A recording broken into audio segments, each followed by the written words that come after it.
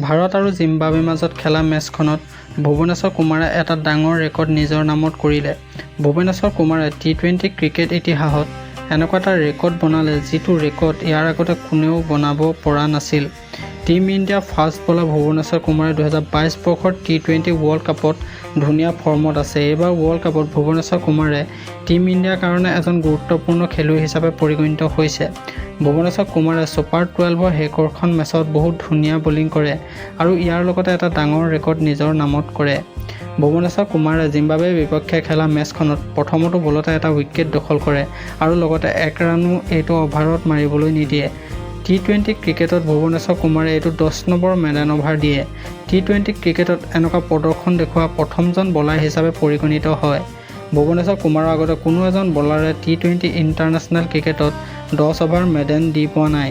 ইয়াৰ আগলৈকে এইটো ৰেকৰ্ড জসপ্ৰীত বুমৰাহৰ নামত আছিল, যিজনে 9 অভাৰ মেডান দি এইটো ৰেকৰ্ড নিজৰ নামত ৰাখিছিল। কিন্তু এইবাৰ ভুৱনেশ্বৰ কুমাৰে 10 অভাৰ মেডান দি জসপ্ৰীত বুমৰাহৰ এইটো ৰেকৰ্ড ভাঙিবলৈ সক্ষম হয়। আজিৰ ভিডিঅ'টোত ইমানেই আছিল। যদি এই ভিডিঅ'টো চাই ভাল পালে তেতিয়াহ'লে এটা লাইক কৰিব, কমেণ্ট কৰিব, শ্বেয়াৰ কৰিব আৰু লগতে চেনেলটোলৈ প্ৰথমবাৰ আহিছে দি ছাবস্ক্ৰাইব কৰিবলৈ নাপাহৰিব। ধন্যবাদ।